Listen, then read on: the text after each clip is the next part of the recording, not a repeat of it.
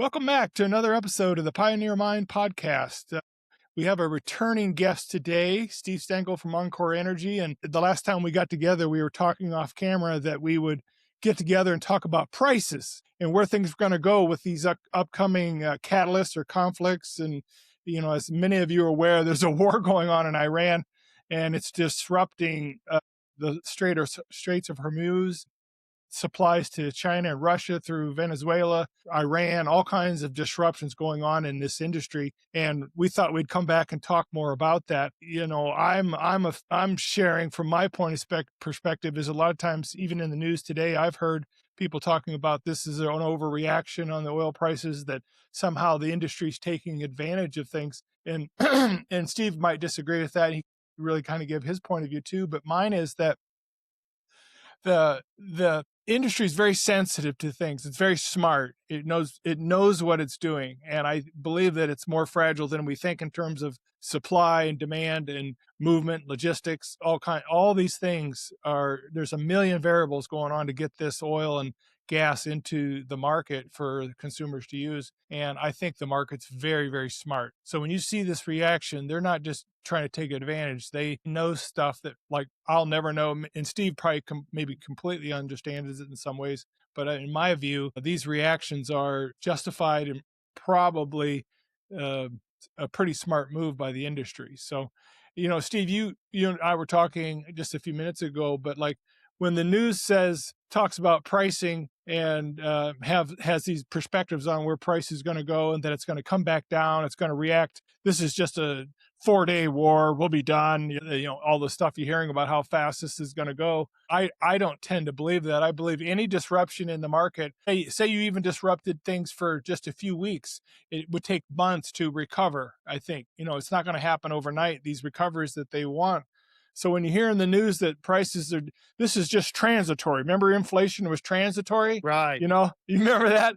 Oh, And yeah. yeah, we all remember that line. That'll go down in history. So when you hear that in the news, what's your response? Well, I first want to say that I fully support President Trump and what he's doing in Iran. And it is a window of opportunity that will not present itself again. And I do believe that we will be successful. And I believe there will be brighter days for the Iranian people. I also believe that what he's doing now, we're seeing this spike in oil prices, but I believe that it'll further stabilize the region for years to come and mitigate a lot of the risk we have right now as it relates to geopolitical risk coming out of the Middle East, right?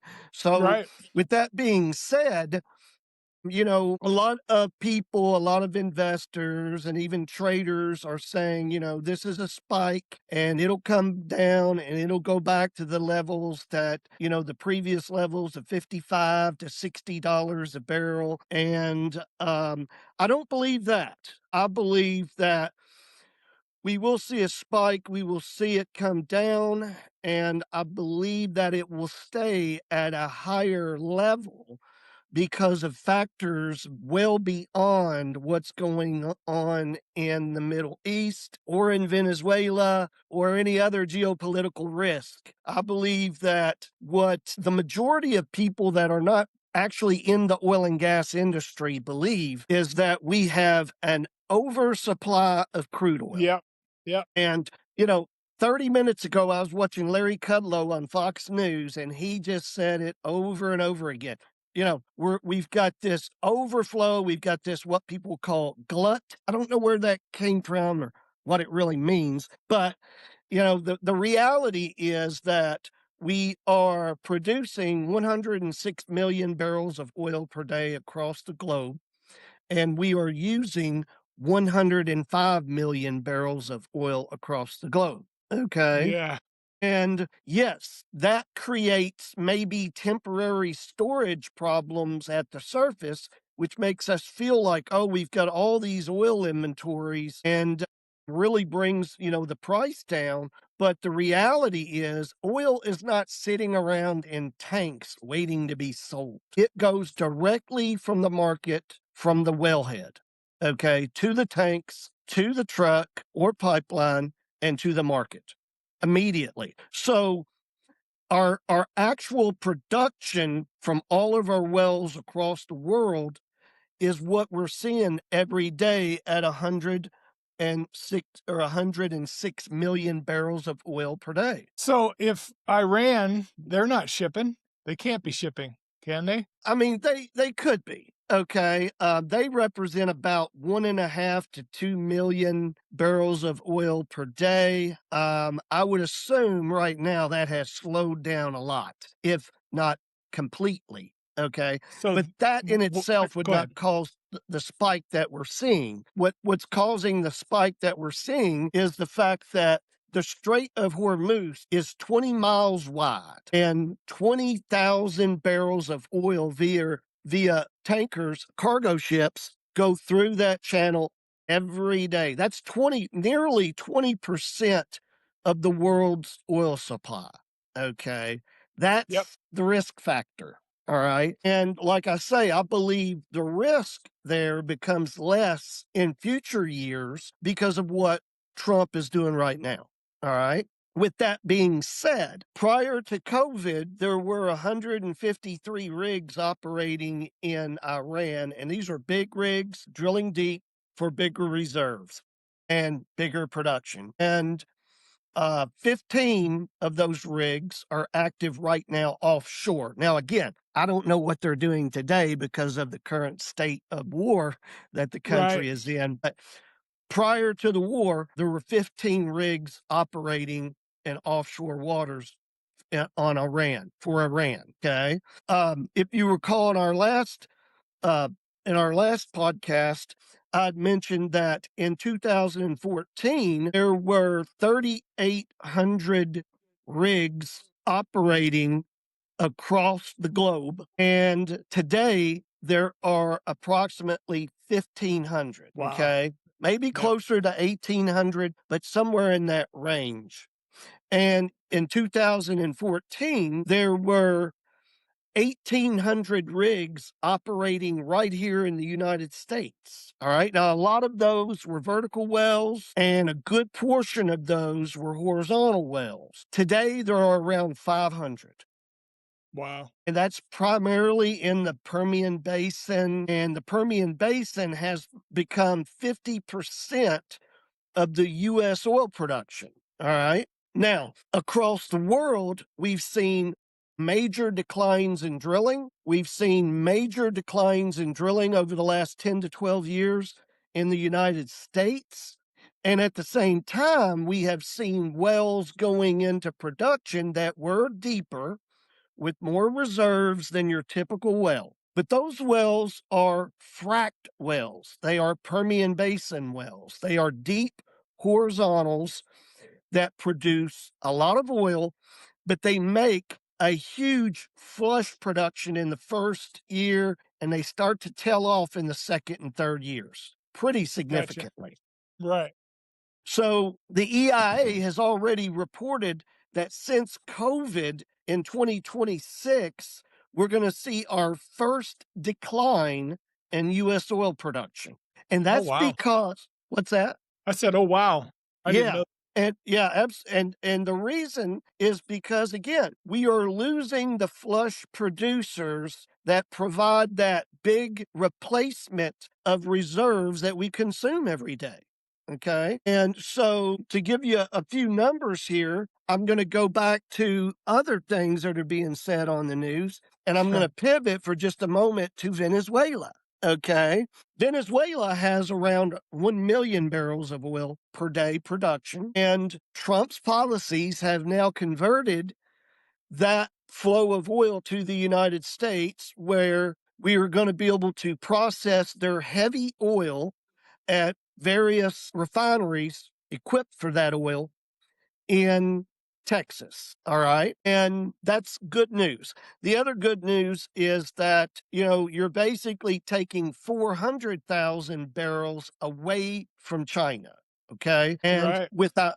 just like with Iran, there's a large portion of that 1.5 to 2 million barrels of oil per day that goes to China. So that'll come off the market for China as well. And so, you know, Trump's foreign policies have continued to make progress in areas that I don't think a lot of people think about. Okay. But in Venezuela, it ranks higher than Saudi Arabia, higher than Iran, higher than the United States. As a matter of fact, it ranks higher than any other country in the world for Yep. proven 303 billion. Okay.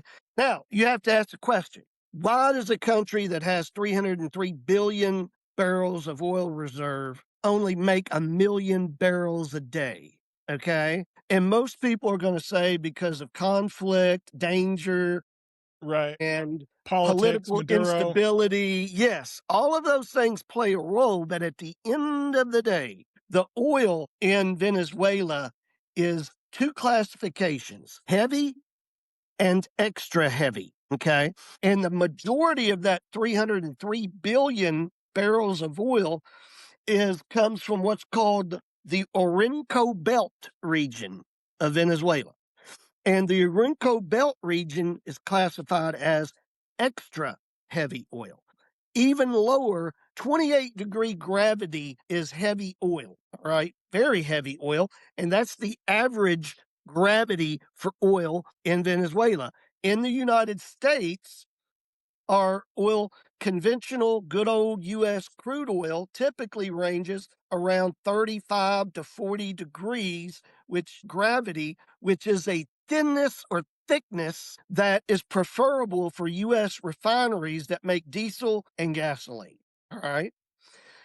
And the shale boom brought about major increases in oil production in the United States, and all of that oil is light oil. It's closer to 50 degree gravity. And so basically, those wells produce very well in the first year because they're multi-stage fracking for miles underground. And they respond back very quickly because they are fracked and they are light oil. So you get a real big flush out of those wells. All right. Right. And again, the flush is going down. And it's going down because oil and gas companies, regardless of what anybody tells you, we drill our best prospect first. We drill our second best prospect second, and we drill our third best. We never put things over here for a rainy day. Okay. Right. It's not how it works. And that's the same across the world oil and gas industry. And so in the Permian Basin, they're drilling deeper and deeper with longer laterals, bigger multi stage fracks, and a whole lot more money is spent in deeper and tighter. Now, that's the key word, tighter rock. Rock that's not as preferable as the rock they drilled last year. They're going Right. deeper now into secondary layers. You could call them, instead of tier one prospects, you could call them tier two. There's a lot of oil there, but it's in tighter rock, which means you're not going to get as much out of the ground per linear foot of drainage in a horizontal well bore lateral. Okay. It's just not going to happen. Right. So it's costing US companies and companies across the world to drill deeper and tighter rock. And for example, in the Mid East, they have beautiful reservoirs over there. You've heard me say that before, but they Yeah. themselves are having to drill deeper into less favorable rock that they were drilling 2 years ago, 5 years ago, 10 years ago, 20 years ago, because they drill their best prospects first First. and their Yep. worst prospects later. And so going back to this glut or this overflow of oil that we're swimming in, okay, you have to remember that oil is only reported on at surface. You don't hear a lot about what's going on in the reservoir. Oil is produced in solid rock, and some rock is more permeable and has more porosity and more oil saturation and better pressure than other rock. Right. And some rock moves oil fast and some rock moves oil slow. In Venezuela, you've got 28-degree gravity oil or less. and it Yeah, just doesn't want to go ahead. if someone saw a video of that material, of that oil, they wouldn't believe it. Am I right? Right. It's like tar. It Okay. just doesn't even look like that's oil. Yeah. They would make And fun of you. when I start talking about this subject with people, most of the time they say, "Well, hey, you can use that thick oil just like you can thin oil," and they are right.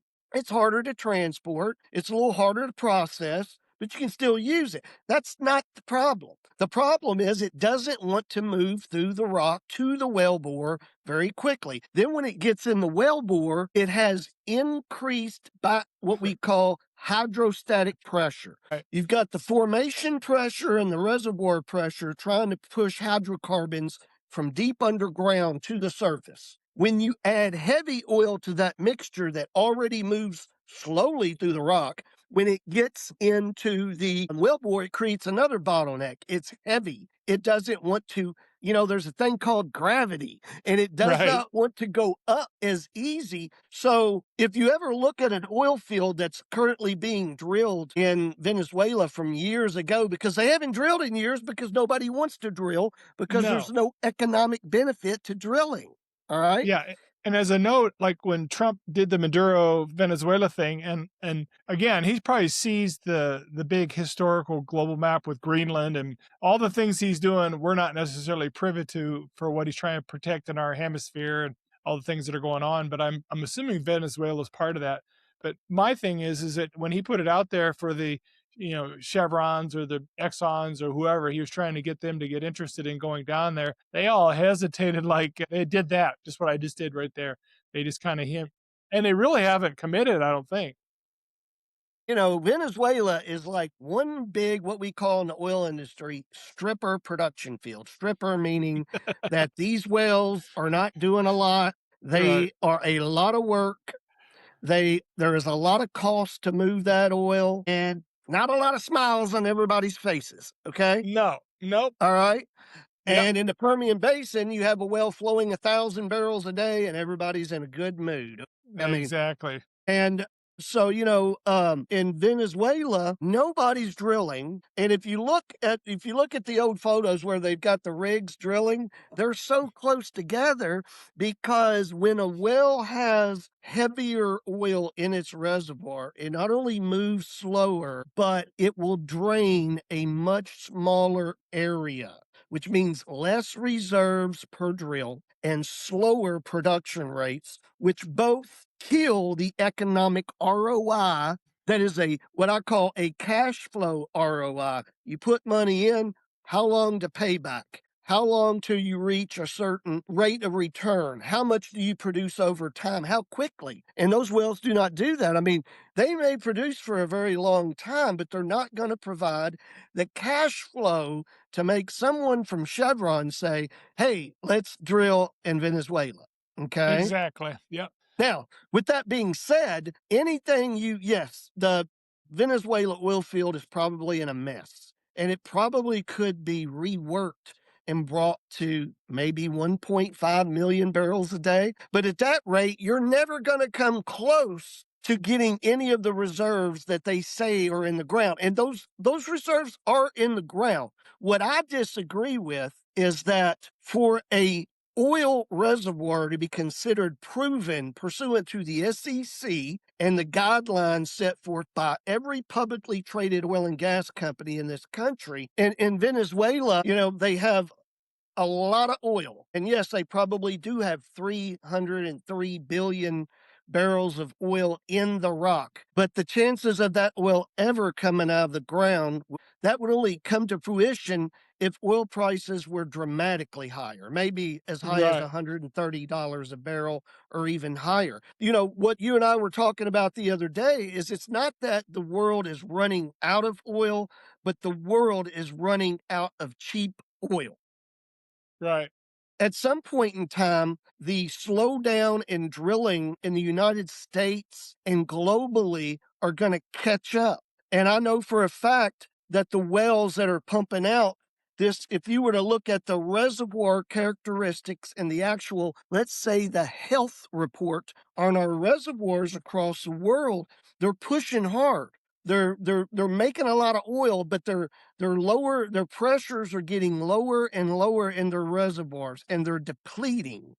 Okay, and that is just a matter of time, and not a very long time before we see major decreases in global and U.S. production. It's that simple. Okay. Is it is it the lack of investors that wanna, as the oil it gets more costly to produce, obviously, if it goes from $40 to $60 a barrel to produce a barrel of oil at a specific well to get it to market, it's obviously less attractive. Is it that I know within my industry, the fluids companies and the mergers that are occurring, there's just not enough money a lot of times to justify having all these service companies and mud companies sitting around because there's just, obviously, like you said earlier, there's just not as many rigs, but there's just not as much investment either. The money's really Yeah, drying up. it really is in the near term and short term. It is what you just said, a slowdown in there are not as many service companies. There are less people working in the oil industry. There are 100%.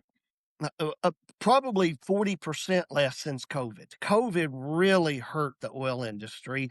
And a lot of people, especially younger people, left the oil industry because of all the hate and the Green New Deal and, lack of support for our industry. And that's not just Democrats, that's Republicans as well.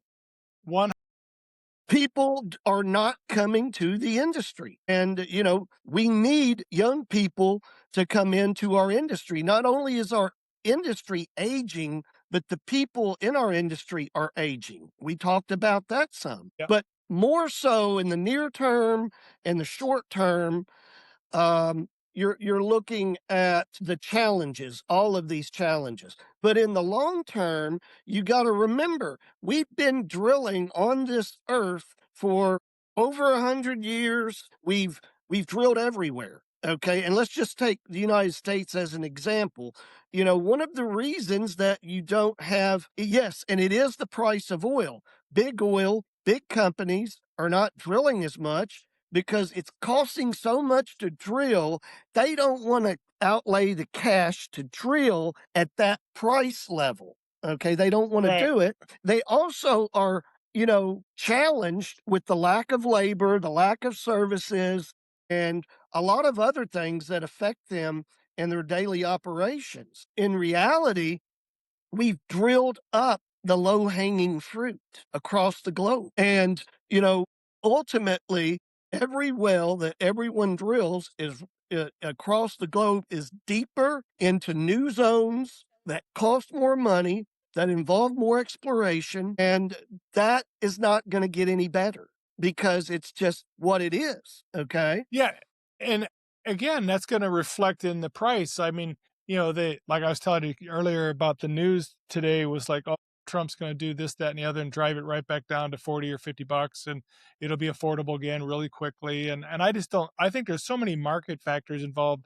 That's hopium on steroids, in my opinion. I just think like I'm 60 and I'm probably a young guy in our industry. You're behind me a little bit, but like a lot of the guys have been here forever. When I first started, there was probably, just in terms of mud companies and providers in the Permian and in Texas, I bet you 15 like generational companies have shut their doors. Right. Midwestern, I can start Right. naming them, but I don't want to do that. But just these were people that were buying from me, and now there's just a handful of people buying, right? In terms of, and I've got a good set of market share simply because of attrition. I always believe not quitting is winning because everybody quits, but the industry's been under attack since probably 2015, in my opinion. And Right. and you can just see the end results of that. But at the end of the day, price, we're talking about price. I saw something early this morning. One of the analysts was predicting 100. You mentioned 130. I don't know if you saw that today too, but that's the number he put out this morning. Right. And again, that seems crazy, but gold went to 5,000 too, so Right. Right. it's hard to know, Right. exactly where And things are going. put yourself in the shoes. I think they call it ethnocentrism. All right. Put yourself in the shoes of OPEC members. Okay. Yeah. All of a sudden, you're getting $100 a barrel, or just say $91 a barrel, $95, whatever it is. You're feeling good. Are you really wanting to give up that feeling? Nope.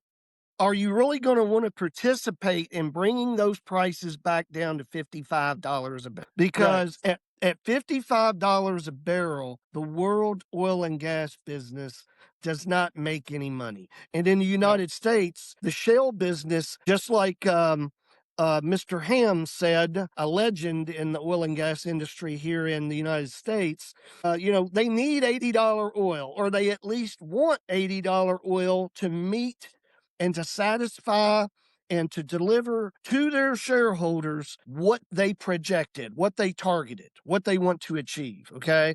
Now, Right. they need that flat $80, not 80 today and 60 next week.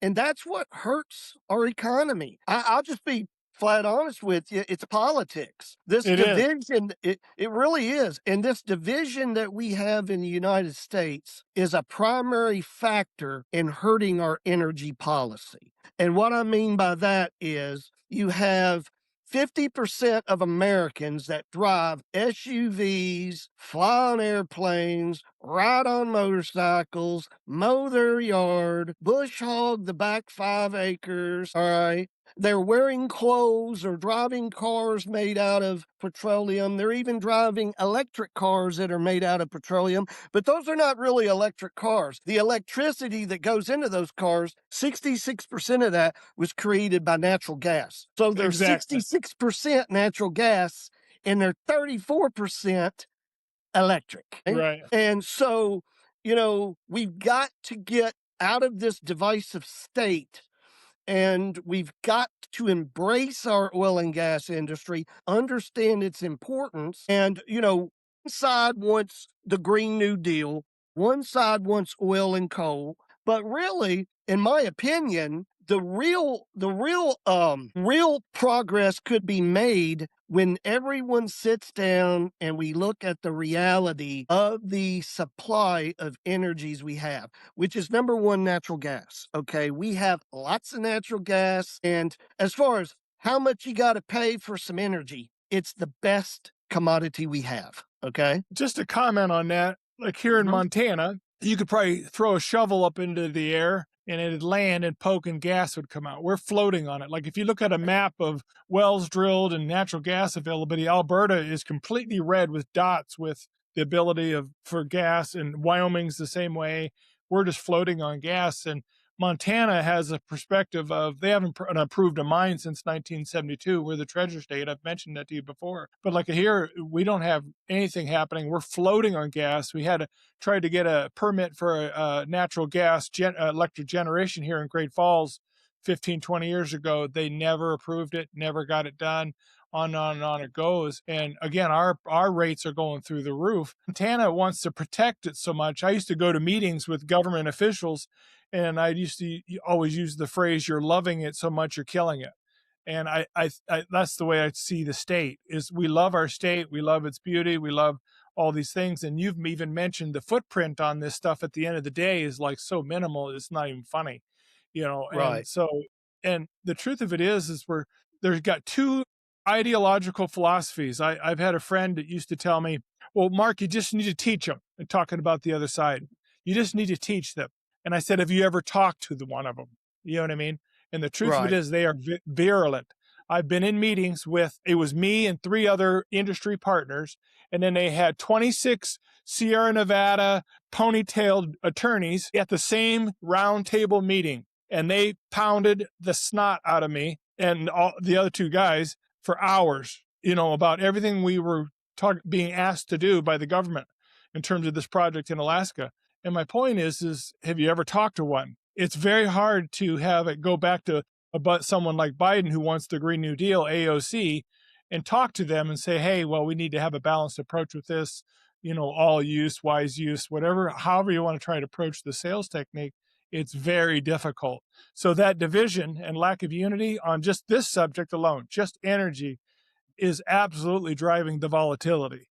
You know, it, When you met with those long-haired attorneys, did you go out in the parking lot and see what they were driving and what the cubic inch displacement in their combustion engines were, so you could get some idea as to the gas mileage? and the To be honest consumption. with you, they all flew in on private jets, Well, there you every go. one of them from San Francisco, and again, that's burned in my brain, those meetings, and I learned a lot from those meetings, realizing and again, I kinda mocked my friend for telling me, "You just gotta teach them." I'm like, "No, they're ideologically just 100% opposed to anything that the earth can provide us as a resource should be touched. It's just not it. Right. We actually don't we're actually the problem and should be eliminated." You know? Right, I mean, and, it's it's I hate to say it, but it's there's so much propaganda, okay? yes. And it's not just one side of political, it's both sides, okay? No, And, 100%. I tell my wife that all the time. I said, and "Go ahead." listen, I'm a Republican, but I'm gonna just tell you, the Republicans are, lackadaisical at best at understanding the oil and gas industry and really working across the aisle to come to a solution to our energy problems, which in my opinion, the only way to make progress is to utilize what we have. And oftentimes we can utilize the energy sources we have that provide less environmental impact by utilizing them a certain way. Now, what I mean by that is how do we make renewables profitable? Well, right now they're trying to jam them down our throat and make them a primary source of energy. I'm sorry, like we talked about in the last podcast, you got to spend $3 to get the same amount of energy from a windmill or a solar farm that you get for $1 in fossil fuels. That is never going to change, ever. Okay. Now, there are places for solar and wind and other renewables, but it's not as a primary source of energy. They've not even established themselves as a supplemental source of energy, and they're trying Yeah. to push them into a primary source. Does Well, that make sense? Montana has some of the best coal and the most efficient coal and the greatest quantities in the entire nation. Okay. Yes. Again, we're the treasure state that doesn't look for treasure. I Right. make fun of it all the time. I'm having some politicians on here pretty quick too, just talk about energy policy and stuff. They're running for office. So obviously I'm getting geared up to talk to those guys. But we have a situation here. We have a place called Colstrip where we have coal generation, and we wrote a contract with the transmission lines going to Seattle that the energy on those transmission lines would come from renewables only. So we shut down our coal plants here in Montana and we sell all our energy to Seattle. When we have a brownout or a really cold spell or it's 100 degrees, believe it or not, we run in our air conditioning in the summer, we got to go on the open grid and buy it at $900 a kilowatt compared to 50 if we can Right. generate it. So Right. the whole system is beyond a mess in terms of politically that someone would sign a contract with the city of Seattle that we're only going to do renewable energy going out there and we're going to shut down our coal generation. It's Right. ridiculous. Right. So I think we're devoid of leadership. And I know I'm talking a lot and I apologize as a podcaster, but I know I'm supposed to listen. But the truth of it is kind of a hot topic for me in the sense of we're almost devoid of leadership at every turn. And like you said, Republicans. It's the same thing I say to my wife. I said we're there. Our side does the hyperbolic statements as well that aren't generating anything towards a resolution or a solution. We kind of do that similar type of hyperbolic talk.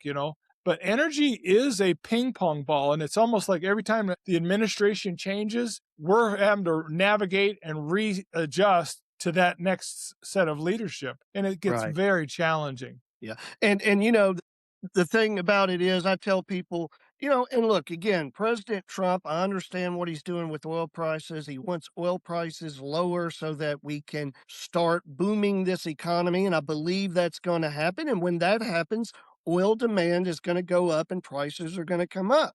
All right. Right. But what politicians don't understand is when they come in office, they typically want to get oil prices low. All right. Yep. And when you stand on oil prices and you bring them down, they act like on the news that $55 oil is good for the United States. It is not good for the United States. Let me say that again. Kudlow. $55 oil is not good for the United States of America. And the reason it's not is you're living in a false economy. It does not It's match up so with the real market value across the globe for crude oil based on the money that has to go in the ground today to replace the reserves we're burning up now and in the previous 20 years, which is a typical well life average. yeah. Okay. Nobody thinks about that. They don't care. Well, you need to care because that's where the oil comes from. It comes from underground.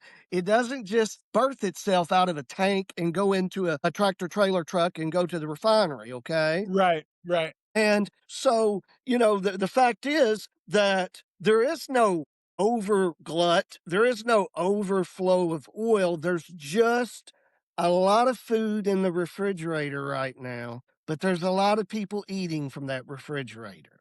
Yeah. Okay. And, the fact is that you can see the desperation in our news broadcast and how the analysts, how they're supporting the lower oil prices and let's get them low.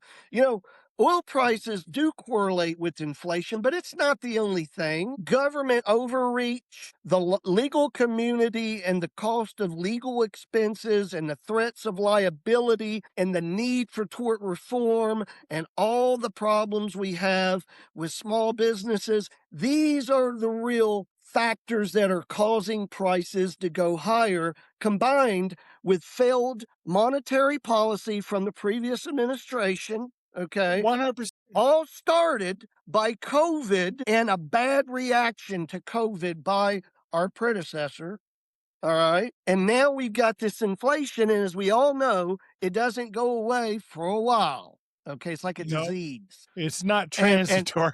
and I think Trump is doing everything he can to change that. And I do think he's making progress. And I do think he will be successful.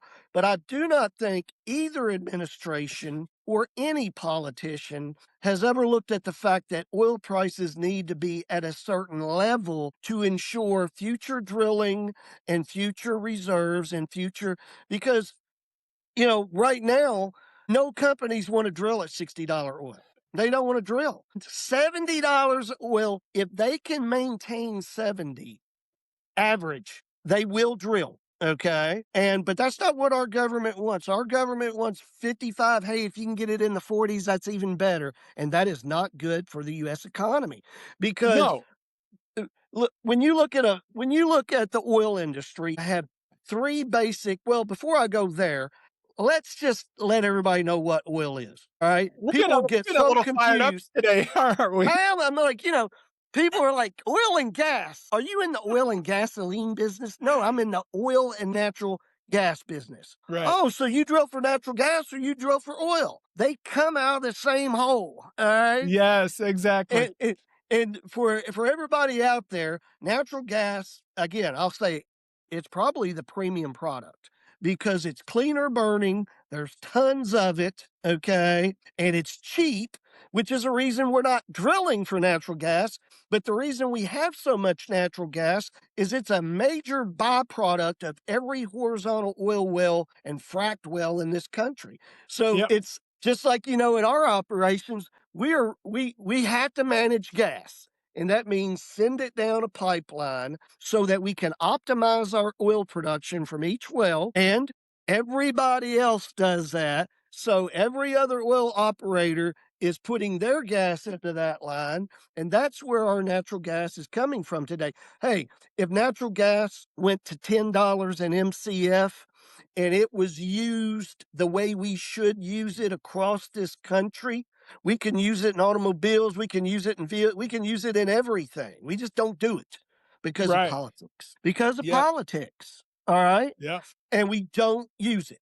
There is, people don't understand that you drill a natural gas well and you make a great well, good luck, because you have to get that gas to the market. That's harder than drilling and finding the gas. All right. Exactly. And hence the Encore Energy Pipeline. Exactly. And so if you really want to do things for the oil and gas industry, we need assistance in clearing right of ways on private land for gathering systems, which are not quote unquote considered pipelines. They're gathering systems that bring the gas from all the wells to the pipeline.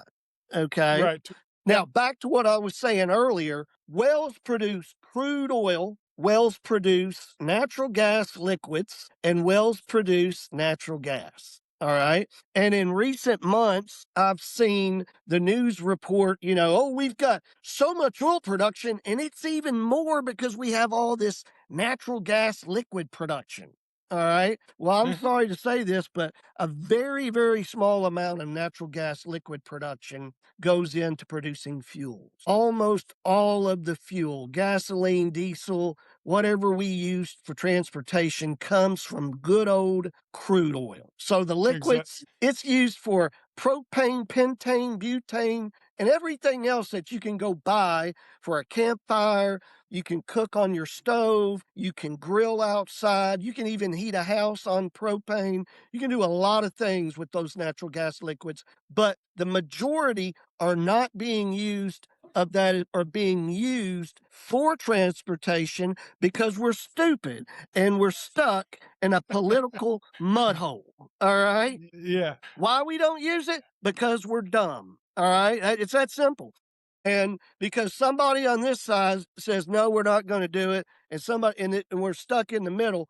There is no reason we don't have propane cars, natural gas cars, and all these different types of cars, including diesel and gasoline, competing over one another. The only way to success is to increase the diversification of our energy mix. And that means renewables only apply to certain areas where it is profitable for the people investing in renewables. And natural gas, we use more and more of it. Okay. And as we use more and more natural gas, our oil might still be at $90 a barrel, but the overall energy consumed dollar by each individual across the United States goes down because our energy mix has become more efficient.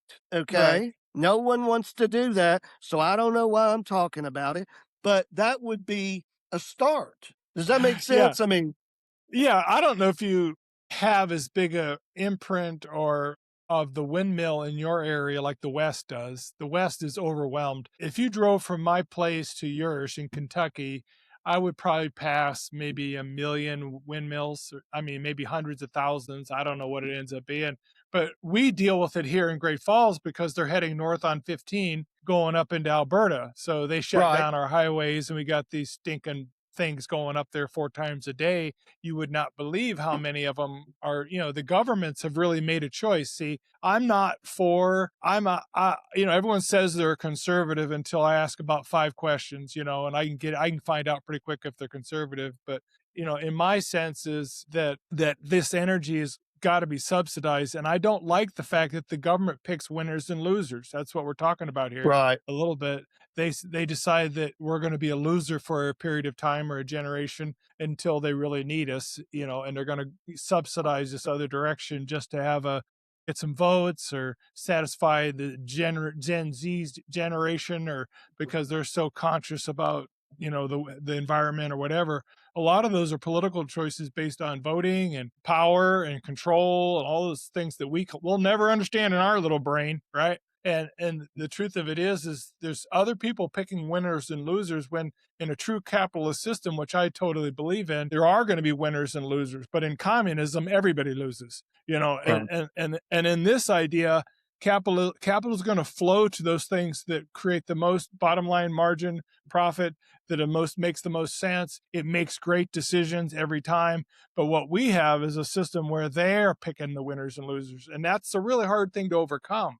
I've seen it in everything I've ever done. Is I've had everyone said, "What's your biggest challenge?" Insurance or logistics, and I said, "No, the government and bureaucracy." And everything I've ever had to do has always showed up with a judge in Missoula who signs off on a letter because a bear can't sleep at night, and I have to shut down my entire program because a bear can't sleep at night. I got to somehow right. do noise mitigation because a judge ordered it from a guy down in the Bitterroot who wrote a letter to him saying, "I heard the bears aren't sleeping well." It sounds crazy, but those are real stories. You know what I Right, mean? and, and so it's just amazing that and part of it, I guess, is like with the Green New Deal, okay? Yeah. I mean, it doesn't even exist. You show me all the windmills, you show me all the solar farms, none of them make money. They get a bunch of money from the government to go build a lot of them, and they never sustain themselves, okay? They just don't, and they won't because, like I said, God made all these energy sources, and wind and solar cannot generate energy at the same price that we can with fossil fuels, all right? And it's now, with that being said, I think that EVs of renewables to really get a good position as a supplemental energy source is important, where they are used in certain areas for certain reasons, like you and I talked about what I call remote energy, just like on Yep. Landman when, you know, the the big oil companies, they need electricity to run their compressor stations You and their you love pumping that show. units. You wanna be on Well, Landman, I think. so, they bring in renewable energy to provide them with energy where they don't have electricity, and Right.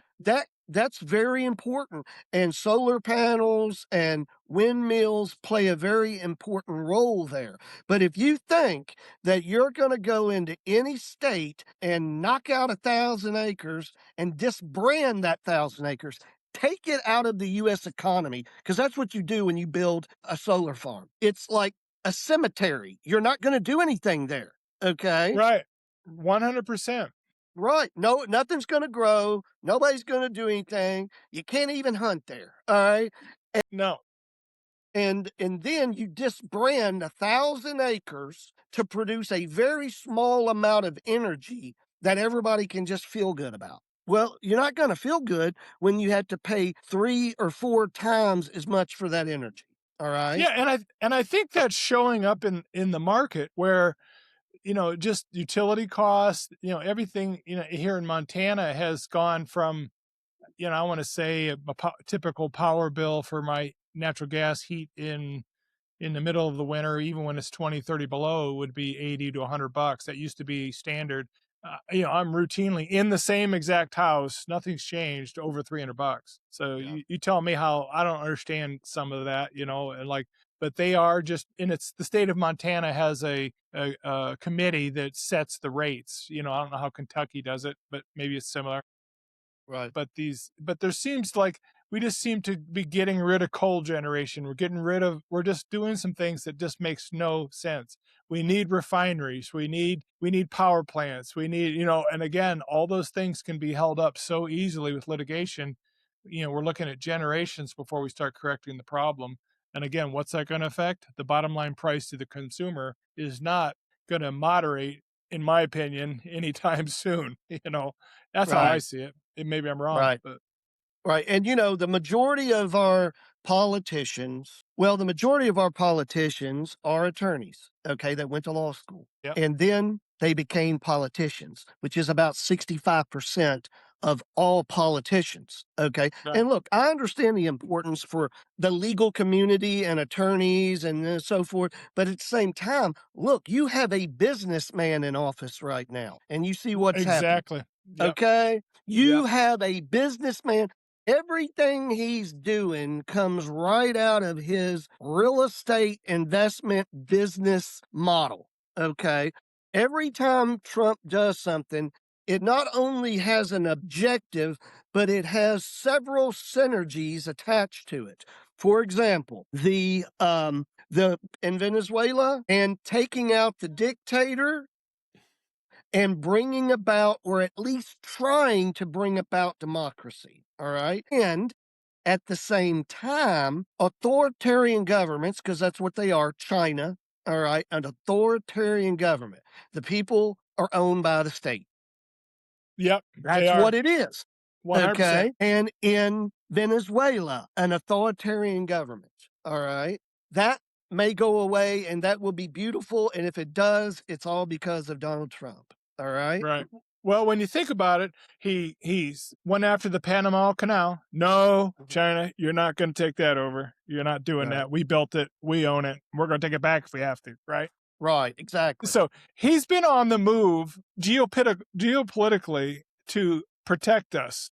And I don't think we see the big picture. We see an attack in Iran or Venezuela, or even when he talks about Greenland. I think that's hilarious when he starts talking about it. But he knows that all these countries around the world are after those positions to isolate us. You know, for Right, China, to if they'd have got in charge of Panama Canal, we'd have instantly started having trouble. You know, right.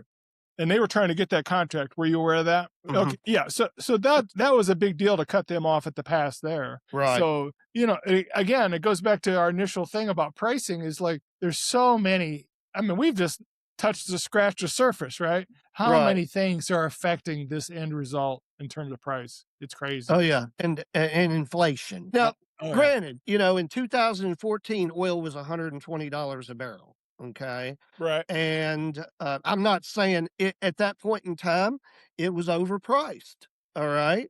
And, but you didn't have the same inflationary problems then as you do now. I don't Those inflationary problems were from our predecessor flowing over into the Trump administration, okay? 100%. Yeah. 120%, and they've gotten better. And again, I will say I understand Trump's mentality on keeping oil prices low, but I think there has to be a realistic evaluation by the consumer to understand that we are in a position where if we're going to have the production that we have now in the future, oil prices are going to have to increase. As an example, say I asked you to come over to mow my lawn. I have a pretty big lawn, by the way, and I'd like you to mow it, but I'm not going to pay you. How are you going to show up? Probably not. I mean, I might do it one time just to make you happy, but No, I doubt. I think we're pretty transactional, and I like in the sense of first of all, I wouldn't think to not pay somebody, but the truth of it is that's what's happening here. Is you're saying, hey, you know, a lot of my career, anything I was involved with, I always say to people on the phone who are trying to work me, I can't stand to be worked about pricing or what mhm, services I offer because I am a service oriented dude, big time. And I go for the highest quality of everything I do in terms of products and everything. So I always stay to that high end of the market with a high level of service. And anytime I get worked, I'm like, you're basically asking me to work for free. The operators work down to the mud companies. Mud companies call me, "Hey, we need a break." They're gonna take their rigs from us. Yeah, right, right. And, go ahead. I could see oil prices in the future years going higher and higher and higher.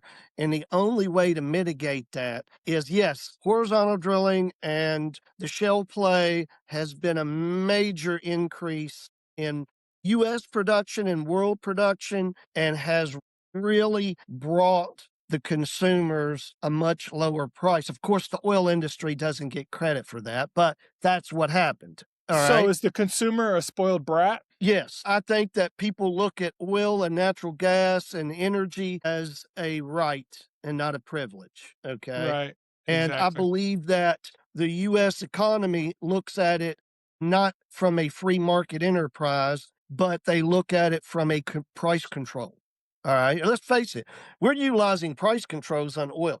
I mean, Yes. when people stand up and say, we've got to get these prices down, same thing that's happened with farmers, and it doesn't work.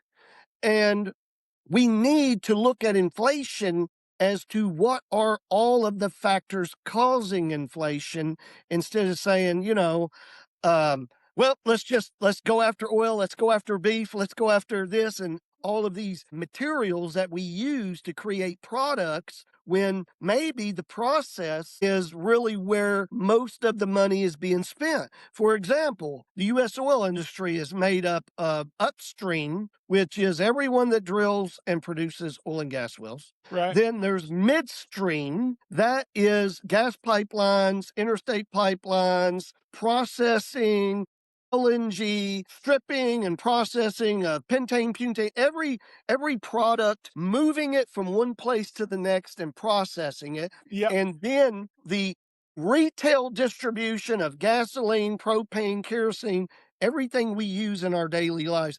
That's the downstream. So big oil controls all three is vertically integrated to control all three. And big oil, your Chevron, ExxonMobil, they control and own the majority of the midstream, and if not all, and all of the downstream. All right.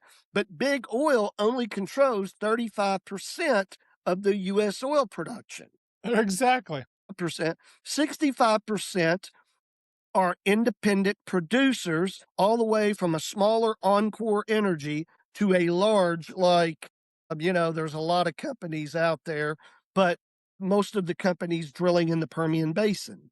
All right. And these are large independent companies. They could be $100 million company, they could be 10 billion. They Right. represent the majority of production. The cost of the majority, if you look at midstream and downstream, their profit margins do not move as much downward when oil prices go down. Okay. When oil prices go down, they still maintain a certain profit level. When oil prices Because go the costs up, are already cooked in, right. right? When oil prices go up, they increase that profit margin. All right. Right. So they're somewhat protected from swings in the prices because Yeah. they control, Insulated is the word I would use. They're insulated insulated, from it. yes, immunized. And Immunized. There you go. Good old and COVID.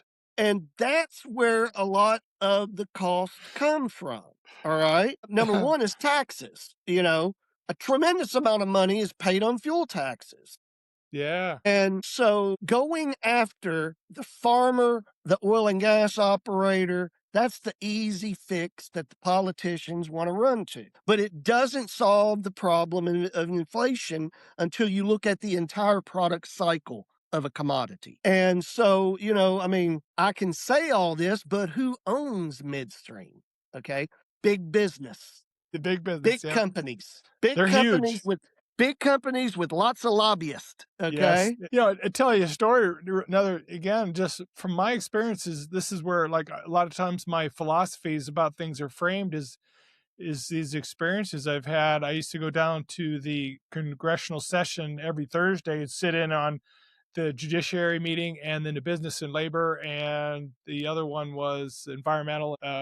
So I sat in on three committee meetings every Thursday because that was their executive session. So they would be putting bills out to go to the floor to be voted on. And I'd sit in there and I would go down as a normal person, similar, hoodie and jeans. I wasn't going to testify typically. I've testified a lot, but at times, but typically I just sit and listen to see what they're up to, and I want to meet the senators, meet the representatives. Like, in Montana, you can walk right up to them. There's no security. It's totally different deal, probably than a lot of states, but you're really approachable. You can have visits with them and ask questions. And what I found out is like if I was in a room and there was 40 chairs, they set up 40 chairs for guests. It's me and 39 attorneys. 39. Every other chair is a guy in a black suit who gets up. I rise in support of this bill in the name of this company. Next one, I rise in support. I rise as an opponent to this bill for whatever, big tobacco, whatever.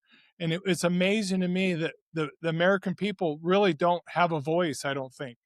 And No. that's really, and again, we've kind of chipped at the consumer a little bit today, but that's okay because they're unaware. But to some degree, they don't have the influence. Our vote matters. I'm not saying that, but I am saying if you're not going to those sessions, and I know you're involved that way too, maybe a little bit. I might be wrong, but I What's think that? you're involved politically a little bit. You have a Yeah, voice, right? to some degree, yes. I feel like, I just don't like seeing politicians talk about things like the energy industry, oil and gas industry, and I just hear them say completely incorrect things, just like on Right, Fox News a while ago, you know? And I'm thinking, wow, they can say that to 300 and what, 70 million people. It right, was completely wrong. right.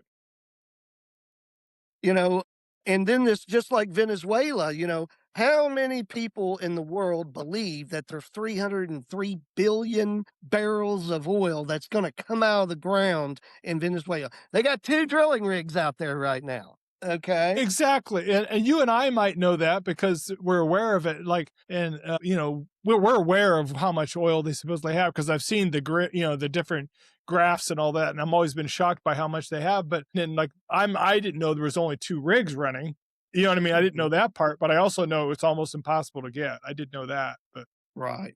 the Right. idea of But, 2 rigs, that's a what's joke. that? It's a That's a joke. They're joke. not nobody wants to drill there, and just like what you said earlier, when the big oil met at the White House, you don't have to be a body language expert to know they were not too excited about this new proposition, They did this. okay? Huh? They Yeah, did they so started bobbing and you weaving. you want us to send our people down there who might be kidnapped, killed, thrown in a cage, whatever, while they're working to do all this work, and it's gonna increase the volumes maybe by a 500,000 barrels a day, and by the way, we're not going to drill, okay? And Right. so, I mean, big oil has other prospects, okay? And most of that is, I could see, and what we need is a resurgence in offshore drilling. And Yes.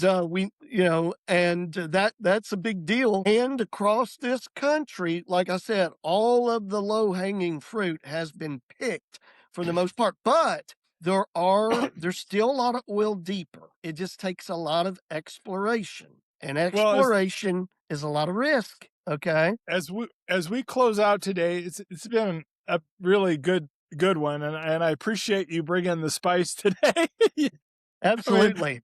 we kind of got fired up a little bit, which is not, that's good. I like that. Because I definitely, want to be careful to not be hyperbolic. I want to be a person who's actually bringing conversation, and I think you're the same way. We love talking about stuff like this, but I want to bring it in a very wise and measured way so it can be heard. You know what I mean?